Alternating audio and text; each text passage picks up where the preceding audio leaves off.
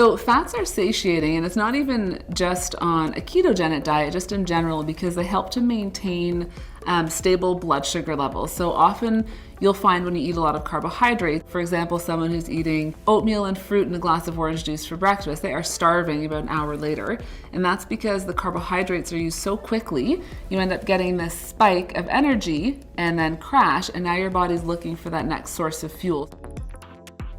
One of the greatest benefits of ketones is that they help act on certain neurotransmitters in the brain that help keep us full. So 2 tips. Number 1 is going to be drink the ketones about 30 minutes before your biggest meal. If you're looking for fat loss, I would have at least 2 a day, and I would have them about 30 minutes prior to your biggest meal, or when you're starting to feel like you would typically snack the most.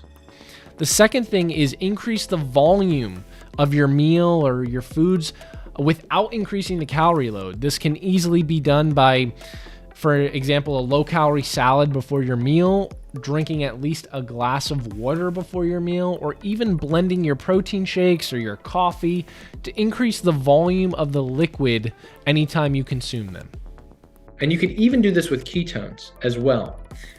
Take them, put them in a blender, add ice, and blend it for like 2 minutes. It will change your life. And the reason this is because when you blend it, whether it's protein or you blend ketones, it adds volume to it. So what normally would have been 1 cup turns into 2 cups. And so it increases the amount that you're consuming, so you feel fuller longer. So you're not only getting the fullness from the ketones, you're also getting fullness from the volume of what you're consuming.